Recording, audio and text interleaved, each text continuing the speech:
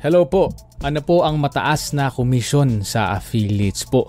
Salamat. This is a question from Raymond Reducirio. Actually, pahapyaw na nasagot ko to dun sa previous video natin. So kung hindi nyo pa napapanood, please make sure to watch that. And again, Raymond, maraming salamat for asking this question. And it's actually a great question, no, na maganda talaga nating i-discuss yan.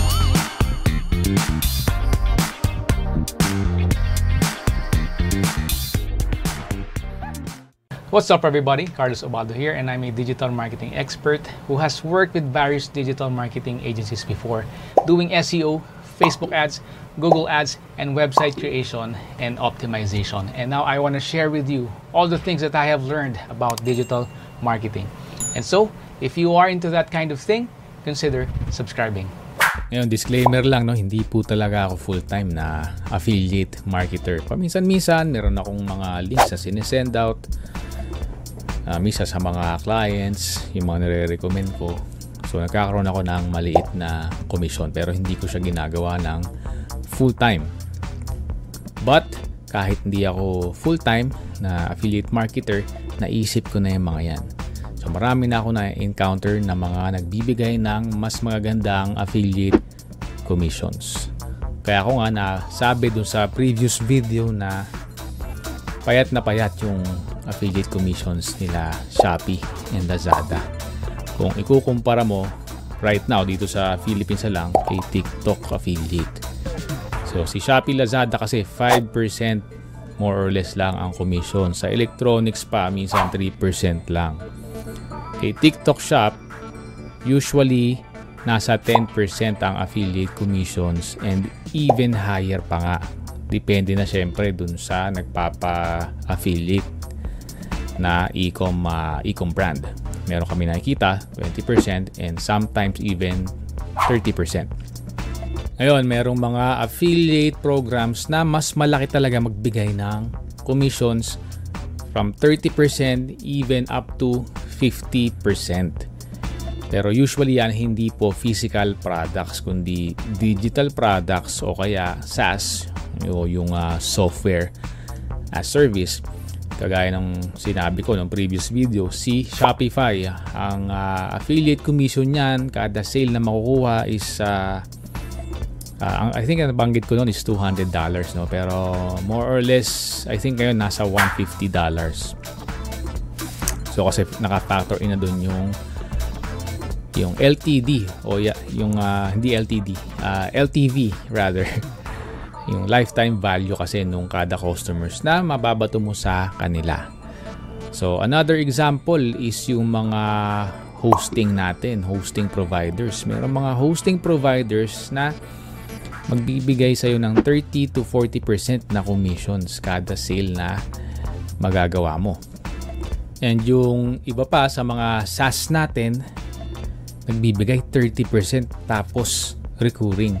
So meaning as long as nagstay yung customer na nagbabayad sa kanila, yung customer na na-refer mo, kumikita ka rin ng 30% commission kada bayad niya doon sa platform. Usually yan sa mga SaaS nangyayari kasi hindi naman ganun kataas yung overhead cost ng mga SaaS o digital products, no? Hindi kagaya nung sa physical products. Example yan is halimbawa sila Kajabi.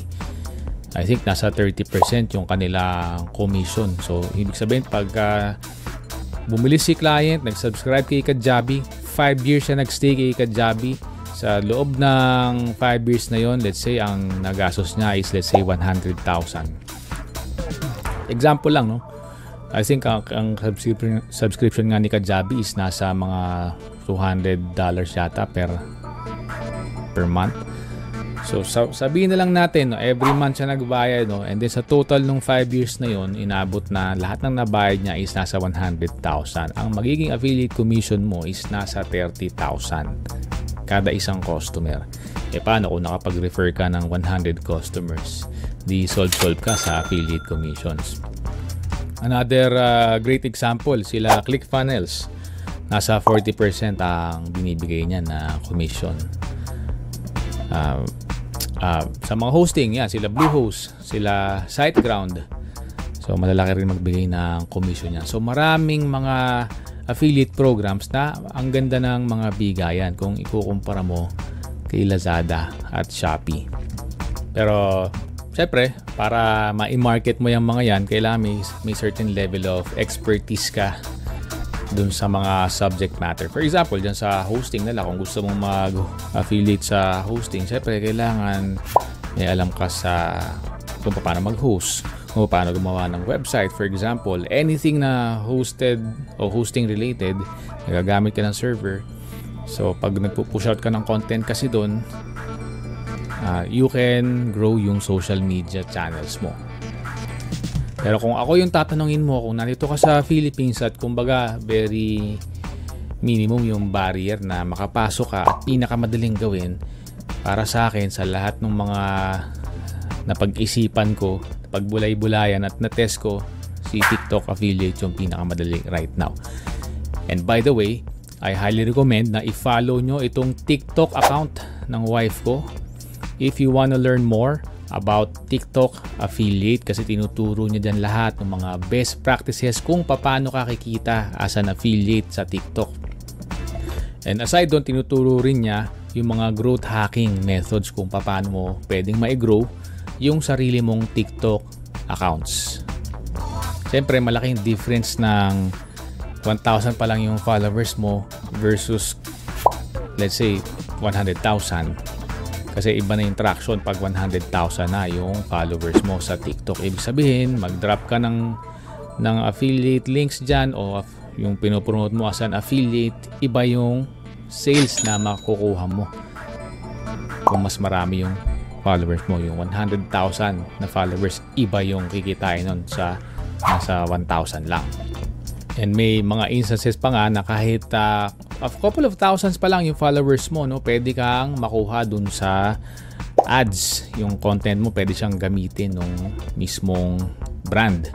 So pag nangyari yon, kada sale na makukuha nila from the ad, the TikTok ad, meron ka pa rin makukuha na commission. So lahat ng yun, tuturo yun dun sa TikTok account ng wife ko. So make sure to follow na lang din. And again, salamat Raymond for this great question, and I hope marami kayo nakuha sa video na to. And that's it for this video. Again, salamat for watching, and again, I'll see you on the next one. If you find this video helpful, please smash that like button. And if you have any questions or suggestions, feel free to comment them below. And for more content about digital marketing, just like this one, consider subscribing.